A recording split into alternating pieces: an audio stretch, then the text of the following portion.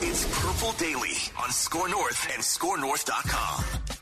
And I tell you guys I love you. I mean it from the bottom of my heart. I will ride with this group until they don't let us play anymore games. What a week. This is crazy, man. Like, Kirk Cousins, trade deadline. Feel like this is a good time on this Feedback Friday to just exhale. You want to mute yourself, Judd? My bad. Totally my fault. Hi, everybody. I muted myself. My name's Judd. I was doing something, shuffling some papers. I forgot to unmute myself. My bad. Shuffling those papers. I take full responsibility. All right, let's start the show. I said, how do you feel, though? Like, because it's been an active week. It's been really intriguing. But as we get set for the game now with Cousins out, how do you feel about this team? Well, I have them winning 10 games. You guys have them winning fewer. And I have them potentially bringing Kirk Cousins back. So, I don't know. I feel like all these people that think, Macadac's negative, little Kirk hater, you're right, the most positive. You know? You're the most positive. Although maybe it is Kirk hate to think that the Vikings can still win 10 games without Kirk's services. Yeah. Maybe that is in a roundabout way sort of hating on Kirk. I saw that. I renew what I said at the start of the season. I have never been more interested in like the direction of a Vikings team, or it's been a very long time, than this team.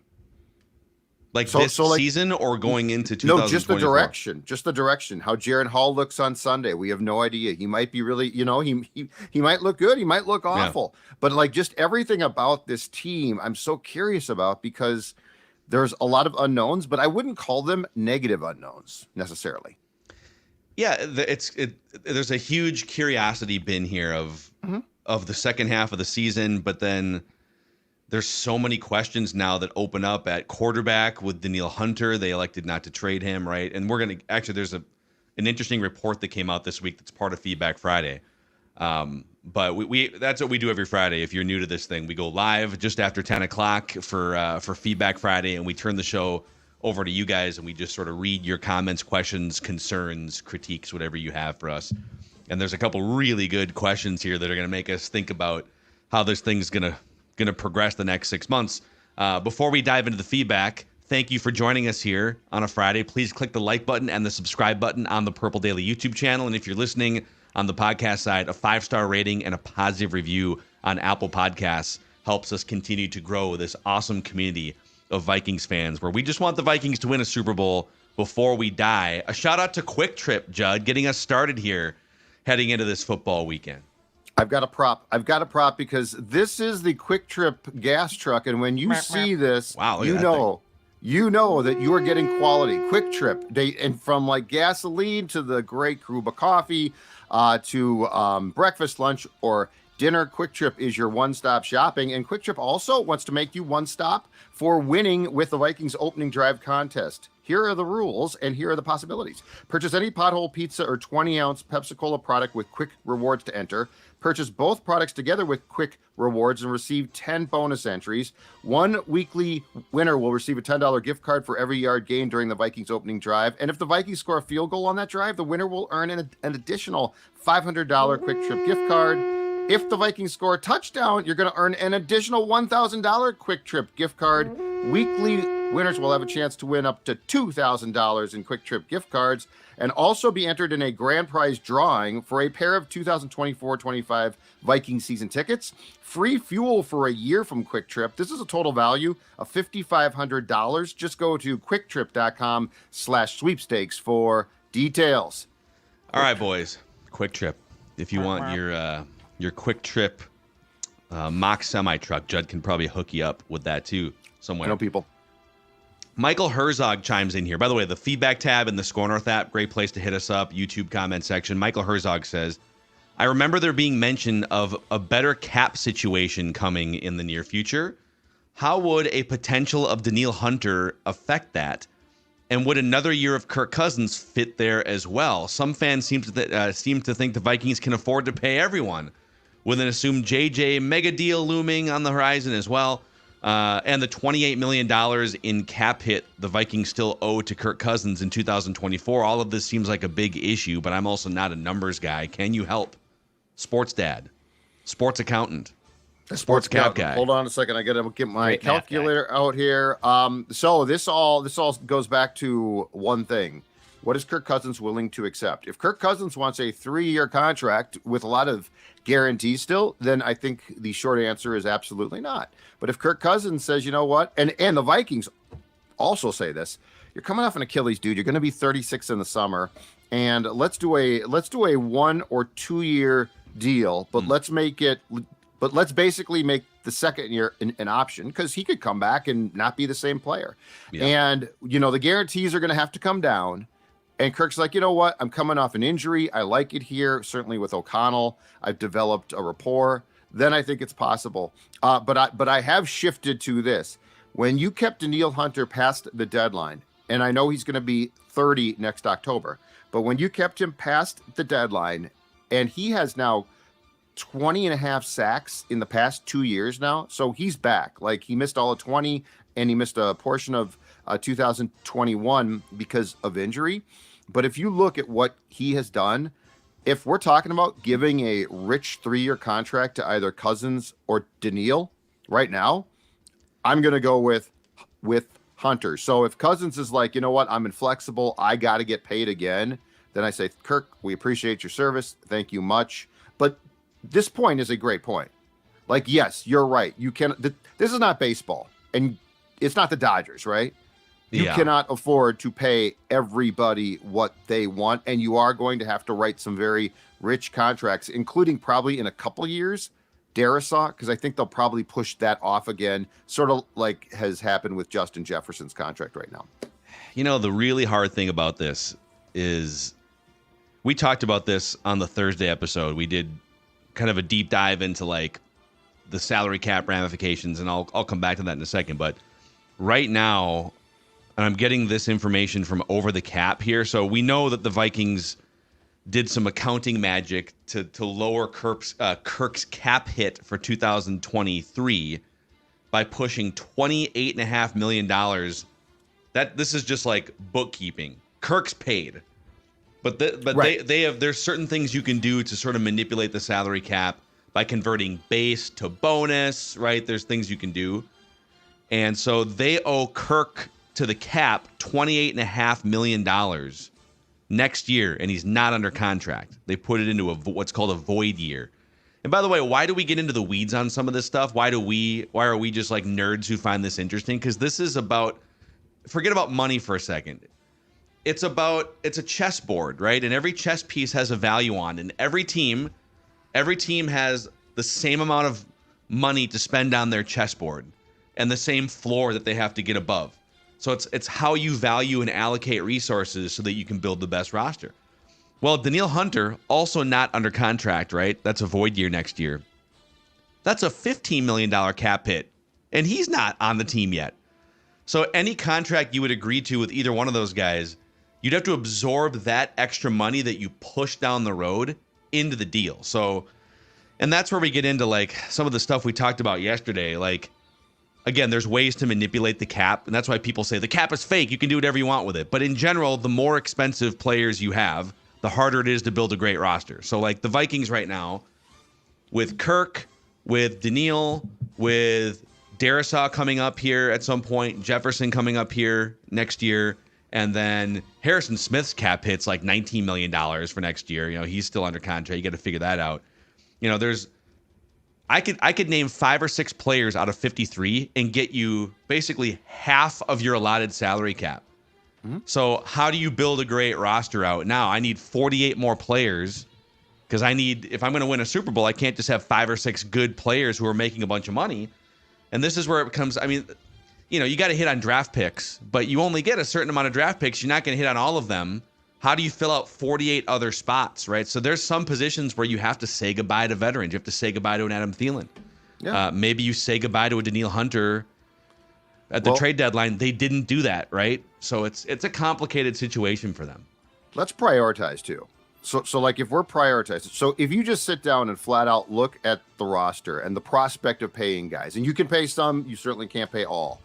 Your priority right now, I mean, Danielle Hunter is 29 and he has been fantastic. Like there's no debating this. He still remains one of the premier defensive ends, which is going to cost you a lot. But like if I'm prioritizing a list, all right, Justin Jefferson, I'm signing. I'm not going to allow him to walk after his 5th year here. Danielle Hunter has shown me enough where, hopefully, knock on wood, he spends the rest of the season healthy, but I'm going to make every attempt to sign him. I think Kirk ends up in the next bin. And if we can do something, fine. And if we can't, you know what? At some point in time, too, he's going to be with or without the Achilles. He's going to be 36 next year. Mm-hmm. At some point in time, you have to pivot. Like you can't keep going down this road. And I don't know if it's going to be in 2024 or 25, but you also, it's not like a 28-year-old tore his Achilles. And now it's like, okay, screw it. We still got to pay him. He's still, so there's just a lot of things here, but I just think on a priority list, my top bin includes Jefferson and Hunter. And I think everybody else in the secondary list falls into a bin that's after them. So real quick, a comparison. So let's use the Chiefs, for example. So the Chiefs elected a couple years ago. They said the most important thing for us is Patrick Mahomes. So and now of course, like he signs that contract. Now there's like a few other guys that actually have higher cap hits because that's the way it works. If he ever gets to a position where he's going to renegotiate a new deal, I'm sure he'll be the highest paid quarterback again. But he's one of the highest paid quarterbacks. So they said, we have to pay Patrick Mahomes. He is a franchise changer. He's one of the greatest players of all time. And because of that, we're going to have to make some sacrifices. So they've got Patrick Mahomes, again, $220 million to spend. The cap hit for Pat Mahomes this year is $37 million. They got Chris Jones, one of the great defensive players in the league, at $27 million cap hit. And then you got Travis Kelce at the top of his market and Joe Thuney at the top of his market for guard. So they have a top of the market quarterback, top of the market edge or defensive lineman, top of the market tight end. And by top, I mean like top 3, highest paid, top 5. And then top of the market guard. And that's 4. That leaves 48 other roster spots to fill out. And they're paying some guys, but like everyone else is $5 million. Well, there's a couple guys making 10 or 12. Justin Reed and MVS. Otherwise, it's like, hey, we're going to have lesser play. We're going to say goodbye to Tyreek Hill. We're going to have lesser players at some of these positions. And we're either going to have to draft really, really, really well, which they did. Like they nailed a couple of these drafts. Or have a quarterback that can make up for these deficiencies. Because you can't have 8 guys being paid at the top of their position, right? So the Vikings are going to have, in 2 years from now, if they keep going forward, they're going to have a receiver top of his market, a left tackle top of his market. They already have a tight end top of his market. They're going to need quarterback and edge in some capacity, and that doesn't include all the other positions. So this is all the stuff that's weighing on Kwesi over the next 6 months. Who do you keep? Who do you sign to big contracts? Where do you look for value? We'll see. And at some point in time, too, you're going to have to explain to the Wilfs, are you building a Super Bowl team? Or are you building a competitive team? Yeah. Like, I can run this back a little bit and probably make you competitive. And the Vikings now, after a 1-4 start, are competitive. At least they were with Kirk. But, at what point in their contracts for O'Connell and Kwesi does it pivot to, are we building a team that could actually not just win the division, but win playoff games? Win a Super Bowl, get there. Like that's a whole different question. And and if you ask that question, the Hunter discussion, and I still think he's been great, but the Hunter discussion gets to be a little bit more interesting because then, Phil, you're inevitably having to sit down and look at ages. You are, but then it's like, I also don't. I think still bring him back, but it's not great asset management to just let him walk for a third-round comp pick 2 years from now. Like, so. Jamie Sabla, Swaggy Z33 chimes in. Says, I expect the same criticism of Jaron Hall and Joshua Dobbs or whoever is our quarterback for the rest of the season as you guys had for Kirk Cousins. Otherwise, your shtick is up. Not sure who actually listens to you to begin with, but you suck. You suck, pal. You've made money off of a bit, and the gig is up. You losers. They figured us out. He figured out the whole. The gig is up. Do you think? Okay, let's entertain the premise. Let's entertain his question here. Score North is going to pull the plug now. If Kirk leaves, that's it. Do you think that a 5th-round rookie quarterback being thrown into a fire he wasn't supposed to, or a journeyman backup learning his 4th system in 2 years, deserves the same level of scrutiny as a veteran quarterback who was brought here a half-decade ago to win a Super Bowl? Do you think those are equal? They are not equal. I'm going to hitch my opinion now to Hall and absolutely rip him. Just savage him if he's not Pirates are to blame. 100% Jaron Hall. Clown. Jaron Hall. Underprepared. Yeah, 1% to O'Connell for not doing a good job of play calling. 99% to Jaron Hall, who I expected to be. If you are not the next Russell Wilson starting Sunday, Jaron, and I'm not talking this version, I'm talking the Seahawks, then what are you doing? Why are you here? Can you imagine, like here at Hubbard Radio, which is our parent company at Score North, if our guy, our CFO Dave Bessler, a seasoned veteran, excellent CEO, our CFO, hey, I got to have surgery and I'm going to be out. I can't really do my job for like the next 10 months. So Judd, you're going to be the new CFO.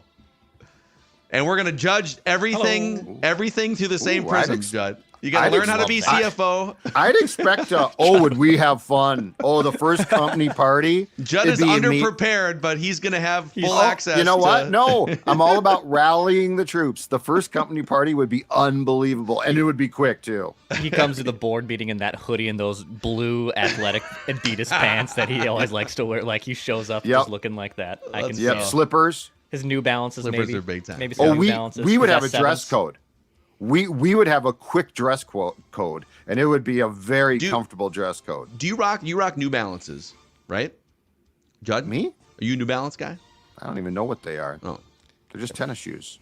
You don't know what Dawn does. You don't know what your tennis shoes are? I don't know what mine are, but Dawn's are New Balances because they've got. So I don't think mine are. I think they're just cheaper. I just want to say New Balance is making a huge comeback. Oh, yeah. So they've signed Shohei Ohtani. Mm-hmm. There's like 2 or 3 big high-profile athletes. Kawhi? I feel like the brand Kawhi Leonard. Yeah. I feel like the brand was kind of like when I was in high school. It was like if you wore New Balances, you weren't cool, right? Now it's like New Balances are becoming cool again.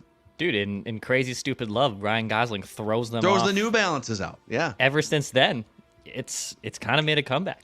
They probably had a come to Jesus meeting after that movie and said, "What are we doing here? We got the product placement, but it's not helping us." So who's out then now? What company is not as popular as it was? I mean, Reebok. I feel like Reebok's kind of struggling. Are they still a thing? Is Reebok still a thing? I don't know. They got absorbed by someone. Well, remember, like in the 90s, I feel like Reebok and One were much higher up on the cool list, right? The One basketball commercials in the early 2000s, those things were the best. Those were awesome commercials. The mixtape tour, street ball. Anyways, carrying on here, Callaway Brady says, my question is in regards to the speculation that with Kirk's injury, this will cause him to take a lesser deal and stay in Minnesota. However, I don't see it that way. I believe Kirk and his agent could use this whole thing to benefit them. They can go to Kwesi and Martin and say, look, Kirk was playing his best football of his career before the injury. This team most certainly would have went to the playoffs, made a playoff run if Kirk had stayed healthy. And they can use this injury to their advantage, since because of this, a situation like throwing 3 yards on 4th and 8 from last year never happens. It's too far in the rearview mirror. I mean, like, I think if you're Kirk's agent, you're going to leverage 2 things here, right? You're going to say, my client was playing the best football of his life in the first 8 games, or for sure like the month leading up to the injury. And there's 2 or 3 other teams minimum that would love to take a flyer on him that are in desperate need of a quarterback. I mean, Atlanta's one of them. We've talked about them. We'll see where Brock Purdy's at in a few months from now. So he ain't playing for $5 million. So we probably shouldn't overstate like, oh, we're going to get a discounted Kirk here, right? It'll be it won't be like $50 million, but it's also not going to be $6 million. Sure. Well, if Kwesi follows through on his statement, I think it was in his Wednesday press conference that, when asked by Seifert about this, and he said it's going to be a negotiation, then the Vikings should be in good shape. If anybody does this because they like Kirk, that's a huge mistake. Like, you can't do that. You need to do this because it's a sound move for you. I mean, if Danielle Hunter comes in and says, I have to be the top paid defensive or the top paid pass rush end in this entire league, you can't, there has to be a line that is drawn at some point in time. And I'm not advocating trying to lose guys, because I'm big on prioritizing guys. Yeah. But if Cousins people show up and they're like, we got to, if they say what you just read, I think you got to say, great, good luck. We love you. Thank you. Bye. Hornfan2 wants to know here in the YouTube comment section, what position did you play, Mackie? It's a good question. So I played tight end in 5th grade football, and then I played both guard positions and defensive end and safety somehow in middle school. I don't know how a guy plays defensive line, offensive line, and safety, but I think they just put kids wherever.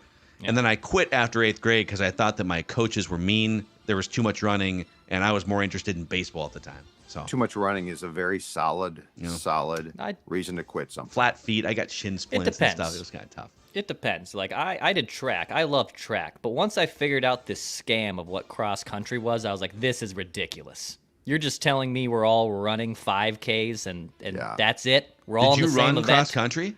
I did cross country for 3 weeks in high school before I realized it was just the dumbest thing. You're just running around a golf course. You could just be golfing instead. Yeah. Like, I love track because everyone has their own individual event that they fit into, right? And I just assumed, I'll be honest, big assumption, that cross country was the same thing, that there was individual races. No, there's not. It was just a 5K for everyone. Wait, you signed up for cross country not knowing that you're just running for like 5 hours every day? Correct.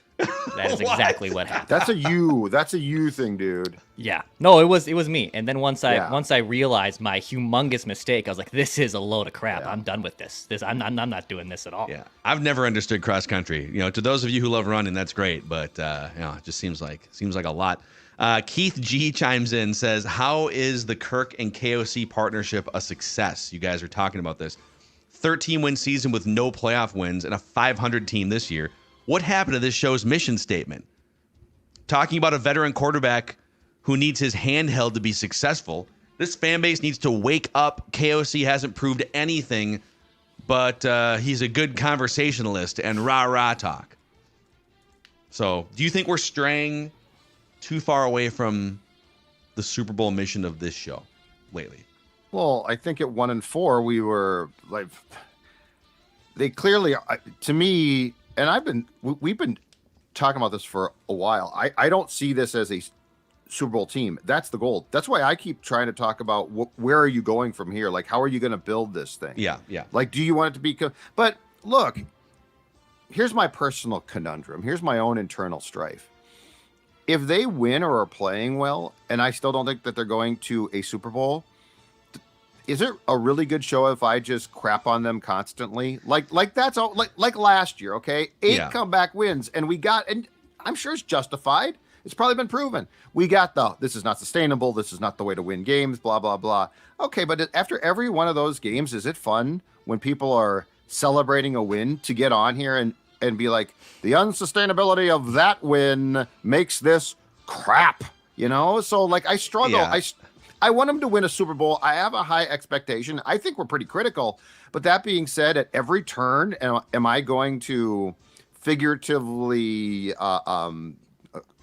crap on them? It's just not fun. So, I would also add this, because I agree with you. There's sort of a micro view and a macro view here. The macro view of the show is Super Bowl should be the goal, right? But on the micro side, if they're digging out from a 1-4 hole and they beat the San Francisco 49ers and then they bludgeon the Packers and they're kind of on the way to building something, you can't come out. I don't know. Tell us if we're wrong about this, but if Judd or myself or Declan, if we just came on the show every day and said, hey, great three-game win streak, but none of this matters because you're right. So there's kind of a micro and a macro. Also, I guess if your baseline thought is that this show is too positive, I don't know. You might want to start your own podcast and do exactly what we said we don't want to do. Is there a more we do push back against the narrative that we're negative. I think we're we're balanced and fair, and we wave the flag and whatever, but we're probably the most critical Vikings, like regular Vikings show out there, I would think. There's many other shows I could rattle off right now that are just like way more pie in the sky, radio, podcast, YouTube, whatever. Right. And probably take more of an unrealistic, optimistic approach. So maybe the moral of this story here is that Keith G needs to start his own Vikings podcast and corner the market on being super negative every day for 365 days. Call it Purple Pissed Off. Purple Pissed. Purple Pissed. Purple Pissed. I'll listen to it. We're it's perfect. Little alliteration. Got the whole thing going. People love alliteration. Ken Olson chimes in. I have a few things to bring up. First, I can't believe you guys are jumping on this ridiculous notion that KOC said he wants Kirk back in 2024. Whether he does or does not is still to be determined. But he absolutely did not say he wants Kirk back in 2024. He said, Kirk knows how I feel about him. The man loves his wife, but that doesn't mean he wants his wife to be the starting quarterback for the Vikings in 2024. I'm just saying. You sure? It's an interesting. She might be a good athlete. Like, how can you say that? You seen my wife? Can she run an RPO? She probably can. Do you think KOC was like pulling a fast one? I think he wants Kirk back. I took him at face value, I guess. I thought we talked about this, and I thought we discussed that. I said in the case of both Kwesi and KOC, in fact, I know I said this. I said KOC, my exact words were, what was he going to say on the Monday after a guy he likes personally gets hurt? I have the quote here, too, if you just want to let's reprocess it real quick. Sure, he said, Go ahead. Kirk Cousins is going to be healthy again. I know he's going to be a free agent after this season, but Kirk knows how I feel about him, and that will be something that will hopefully work itself out. Yeah. I mean, I guess I could see how there'd be some ambiguity. He did say, I think he was playing his best football, playing as well as anyone in the National Football League, and that's what's tough to cope with. Okay, I mean...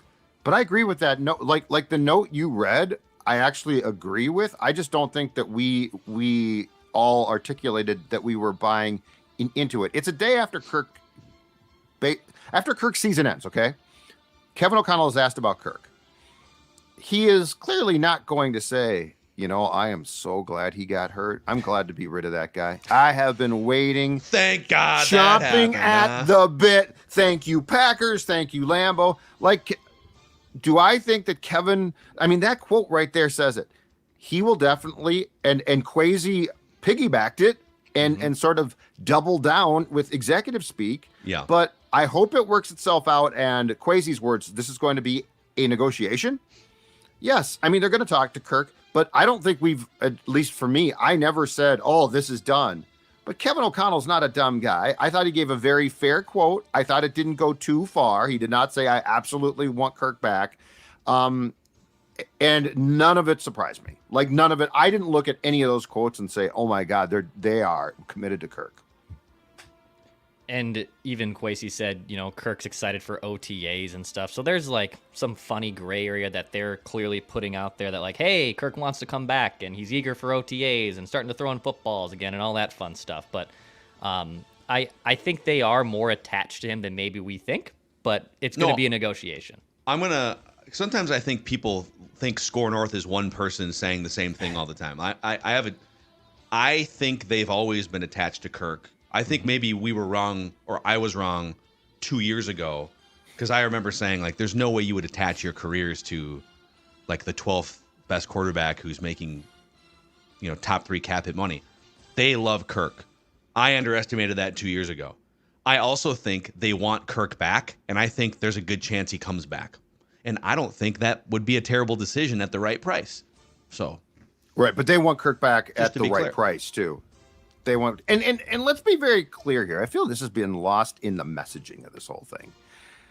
They love the Kirk they've created. They've worked there's a lot of ways this could have gone. And if Kirk was still 2020 Kirk, I don't think they want him back. But they basically bet, and the Wilfs did, and Kwesi probably did too, right? On Kevin O'Connell could turn Kirk into really a different a more effective player, so not just personal stats, and a guy who was it was clear was embraced. You know, I'll ask you this. Anybody out there, you go find me the plethora of quotes about Kirk Cousins from 2018 to 21 that we see now. Like, you go find me those quotes. Yeah. You're going to be looking for a long time. So like this notion, and I've seen it this week, Kirk was always the same. That would no. Kevin O'Connell was hired to mold a Kirk Cousins that we've seen, and there's nothing wrong with that. Coaches and players have been attached forever. Yes. But there's this silly notion that Kirk Cousins was always like this, and by being suppressed by Zimmer didn't do a good job with Kirk. But ladies and gentlemen, I got news for you. Kirk Cousins was an adult when he signed here. He was not a 17-year-old recruit who was belittled by Nick Saban. So I just feel like there's a large missing piece of this story, and it's become a narrative instead of the reality. You know, I probably shouldn't say this, but I'm going to say it because we're talking about this. It was I think the beginning of Mike Zimmer's last season. So it was like the September, sometime early in that, where you kind of felt like things were at a tipping point. And I'll just speak for myself, that was like the height of my Kirk Cousins criticism. It was, oh, now we're going to meet on Thursday, right? People are putting this all on Mike Zimmer, but like you said, there's two adults in this room. One is being paid to lead this team and to solve some problems. Where is he? He just works here, right? And I had an NFL agent reach out to me, unprompted, who represented players in that locker room, saying, hey, don't stop. Your criticism is spot on. You're not the only one that feels this way. You're not on the inside necessarily, but your criticism, don't be bullied into thinking your criticism is wrong. Literally from an NFL agent who represented players inside the building. Mm-hmm. The feeling is different 2 years later. Kevin has come in and created a different atmosphere than Mike. Kirk has benefited. Credit to Kirk for stepping up in some leadership ways on the field, right? Playing with a more quiet mind. But yeah, it is like to suggest that everything's the same. Look at the statistics; they're largely the same, and they are somehow largely the same. But behind the scenes, key situations, fourth quarter comebacks, like there's a lot. And the defense was, I think the defense took away some fourth quarter comebacks probably in 2021. That can be true as well. But there's been an evolution here clearly since 2018, and clearly since the end of the Mike Zimmer era. Yes, absolutely. And this is where I feel that I've been fair is this. I never once said, and I will not say, that eight fourth quarter comebacks, which tied a league record by Kirk Cousins, was some type of fluke. For all you want to say, well, it's not sustainable, and that's very well true. Here's the thing. He went from, and in 21, it started to change a bit because I think he stopped caring as much about Mike, but it started to change a bit in 21. But what he did last year, up until the Giants playoff loss, to me, I'm sorry, it was incredibly impressive. When you go from being a guy that we questioned, I think rightfully so for a long time for lack of a clutch gene, and you lead 8 fourth quarter comebacks, I don't care if it's a fluke or not. It's impressive. And so if you're telling me that the Zimmer Kirk and the O'Connell Kirk was the same guy, you're kidding yourself. But that's where the nuance comes in, where it's like, yeah, okay, well, the coach was responsible for suppressing Cousins for several years, which is partially true. Mm-hmm. And then the new coach is empowering Kirk. I think what I was asking for the last couple of years, or the entire Mike Zimmer era, was if you're gonna put out the first ironclad guaranteed quarterback contract in NFL history and bring a guy in as the final piece to the puzzle to win a Super Bowl, I need him to be less at the mercy of a coordinator and a coach. I need him to be like another leader in that room, like the Bradys and like the Mahomes and some of these other guys. Yeah. Do you know what new Kirk was? New Kirk was a computer that you run the upgrades on, and you're like, it's moving quicker now. It's doing better. He's Windows 8. That's what new Kirk was. Like, you ran upgrades, and it's like, hey, this works better now. This is fantastic. Yeah. Joshua Dimmick chimes in, says, after 6 months of bugging the Hy-Vee liquor manager, I finally got them to special order some Before I Die Surly Lager down in Omaha. Skol. Let's go, dude. Shout out right there from our friends at Surly Brewing. And do you see what stick-to-itiveness does? Do you see what being dedicated to making sure that you get your beer does? Hy-Vee even gets this now out of state because you guys demand it, and you should. Look, we can disagree on Kirk Cousins. We can disagree on the exact nature of the route to a championship. But what we can't disagree on is that before we die, we all want to see a Super Bowl championship. And what better way than sipping on a beer on the couch, watching college football, watching pro football on Sundays? What better way to remind yourself of the mission than to have this baby in your hand? Surly Brewing, Before I Die. Check it out. And as always, show us your cans on X/Twitter at @JZolgad, @ScoreNorth. We always love to see the Surly product you're sipping on. Thank you. Amen. Thanks for their partnership. And Underdog makes watching football a lot of fun. Underdog Fantasy, Dax. Yeah, my guy James sent me this one from earlier this week during the World Series. Took a little World Series props, took some hires, a lot of hires actually, and even had a little boosted payout on Corey Seager total bases that paid off for him. 5-pick slip. $200, nice little pocket money there for my guy James. You can join Underdog Fantasy, promo code SCORE, SKOR. They'll match your first deposit up to $100. Speaking of show us your cans, also show us your slips. Send them to me on email. I see them in my email. Send them to me on Twitter at Dex's Tweets. We love seeing these winning slips. Go download the Underdog Fantasy app. And a shout out to our friends at 3Jack. So I think we're definitely due. It's been like a month and a half since we've been to one of our favorite spots, the North Loop 3Jack. Yeah, great spot in the North Loop. They have, obviously, the golf simulator. Golf courses are closing down now, mostly, right? It's getting a little too cold. You got shotgun starts. You can't figure out where to get your tee times now. I totally understand the frustration. So how about you just go to our friends at 3Jack. You can book a simulator bay. You can also get some delicious food options, okay? The loaded nachos, the open-faced steak sandwich. They got great salad options. Also a great tap list as well. And when you go into 3Jack in the North Loop, and you mention Purple Daily, you'll get a free pint with any menu purchased item as well. So go to 3Jack in the North Loop, get those swings in, get your apps in. Great spot. Go check them out. 3Jack. Amen. All right. Jonathan Conkle chimes in here on Feedback Friday. He says, hello, gentlemen. Is it too early for 2024 mock drafts? What are your thoughts on this one from CBS Sports? Oh, boy. Jonathan, it's never too early. I want a mock! Never too early. You send them in, we read them. So this is from CBS Sports. And, of course, the video player on the right-hand side of the screen here has Rick Spielman dishing a take on something here from CBS Sports HQ. So right now, let's see. Is this a mock trade?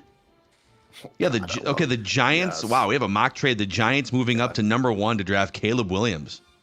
Whew. Okay. And then Drake May and Marvin Harrison Jr. to the Bears with the 2nd and 3rd picks. Mm-hmm. Let's see. I'm just going to keep scrolling. Patriots taking Bo Nix with the 5th overall pick. So that's 3 quarterbacks off the board in the first 5 picks. Another quarterback off the board to Vegas, J.J. McCarthy from Michigan. We'll see how he plays without coaches knowing what defensive play is coming. So he goes 8th. Let's scroll in here. Let's see here. A little wide receiver run. Okay, into the teens. No other quarterbacks. Oh, the Vikings picking at 20th. So they basically be the, I think isn't 21 the last? No, because there's 14 playoff teams. Right. So they'd be in the playoffs in the scenario. Yeah.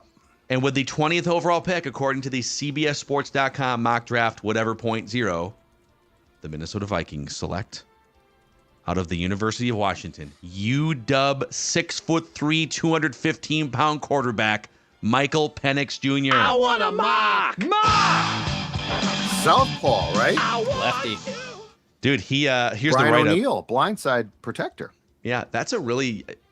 Was it you that brought that point up or a listener on feedback that if they were to draft a left-handed quarterback, would it make it less valuable to sign Christian Darrisaw I was a listener. Contract. I had already suggested they were getting calls on. Or would you trade Brian O'Neill and move Darisaw to the right side to protect Penix's blind side? The write-up says the Vikings go with super aggressive Penix to man what should be a high-powered offense. Long balls galore from Penix. Oh, boy. I could see it. I'm going to add this to the list. Is Michael Penix going to get to 20, though? And is J.J. McCarthy going to go that high? I sort of thought they were reversed on some lists. It's early, Judd. I mean, yeah. It's early. We got to get to bowl season, combine, real Senior time. Bowl. But I'm in real time.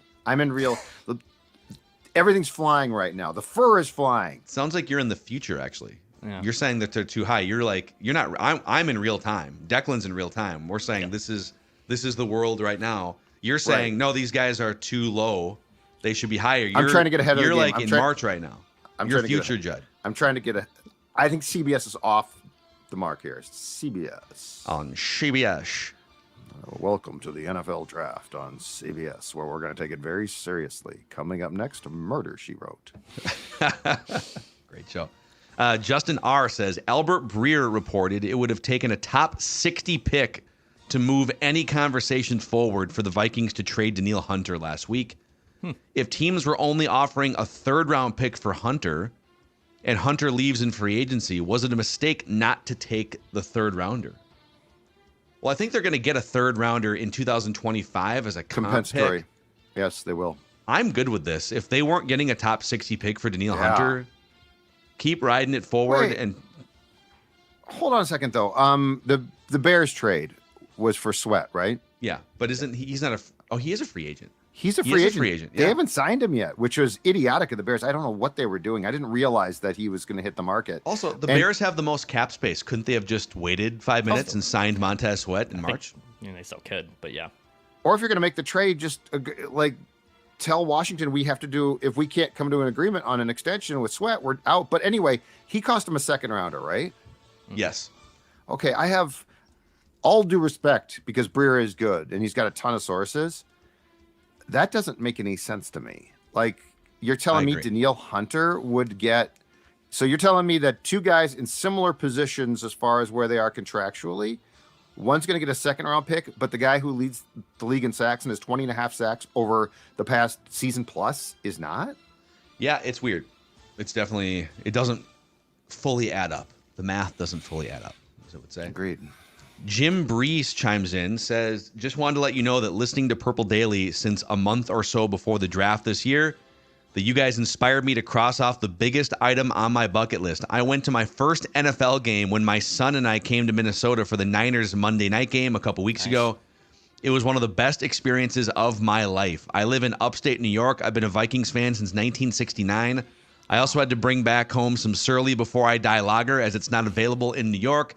You guys are awesome. It's easy to see why you are the best football podcast in America. I think we're like 15th best this week, but we'll take it. Thank you, Jim. Best. Not only are you informative, but you also are entertaining. Keep up the great work. You make every day better. Thank you for what you do. Jim, your check is in the mail, dude. Thank you. Emotional. I'm tearing up. That's very nice. It's very nice. Sometimes people are mean on the internet, and that was very nice and uplifting. Sometimes even we need that validation. I have no idea what you're talking about. People are always nice to me. Frank Bella chimes in, old school Vikings fan, longtime listener of the show. I have that same empty feeling I experienced so long ago when Fran Tarkenton went down with the first injury of his career. Time was running out on the Purple People Eaters. 1977, Cincinnati Bengals at the Met. I still have the game program, but I was not there. I just found it. It's right behind me, actually. Yeah, he says midway through the 1977 season, Tarkenton suffered a season-ending leg injury. Yep. The window to win the Super Bowl was closing. The Vikings were essentially written off after that. I don't know that I would directly compare the Purple People Eaters era where they were going to Super Bowls every other year for like a decade to the one playoff game they've won the last 6 years in the Kirk Cousins era, but I'll agree with you, yes. It does feel like a changing of the guard happening potentially at quarterback, like the end of one era into another. But that was also that was the greatest era in the history of Vikings football that they were moving off of. I mean, it's similar to the Dante injury, right? Dante tears up his knee, and they ended up moving on from him after, some decent years with Dante. So I remember when Dante got hurt, and I was younger, and I was much more crushed. Like, my fiance's baby brother, who's 17, was legitimately emotional with Kirk Cousins' injury on Sunday, because it's the only real, stable quarterback he's ever known. Yeah, the Kirk Dante injury is a little more similar than anything compared to the end of the Purple People Eater run ending. Yeah, the Dante thing was weird because the reality was that team was off to a bad start and Dante was not playing well. Yeah. I've always been curious what would happen if that took place in 2004, because that's when Dante had the incredible year. I think there's far more what ifs in the Dante case and the Teddy case. I don't unless you think that this Kirk was going to lead this team to a championship, which I've been on record as saying continually, I don't think he was going to. Yeah.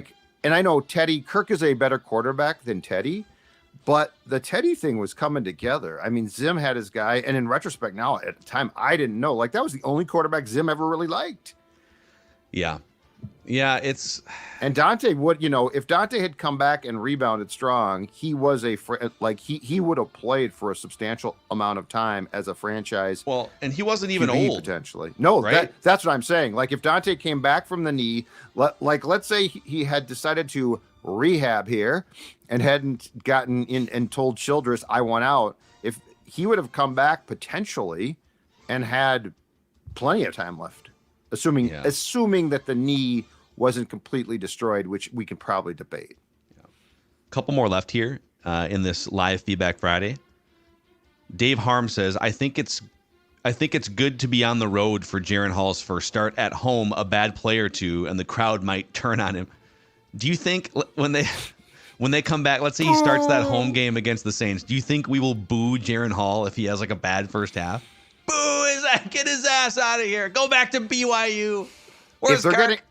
If they're losing at halftime and they're not looking good, I think the team might get booed because that seems to happen quite a bit. I don't think they'll boo Hall in particular. I don't think he has to worry about it. Yeah. Yeah.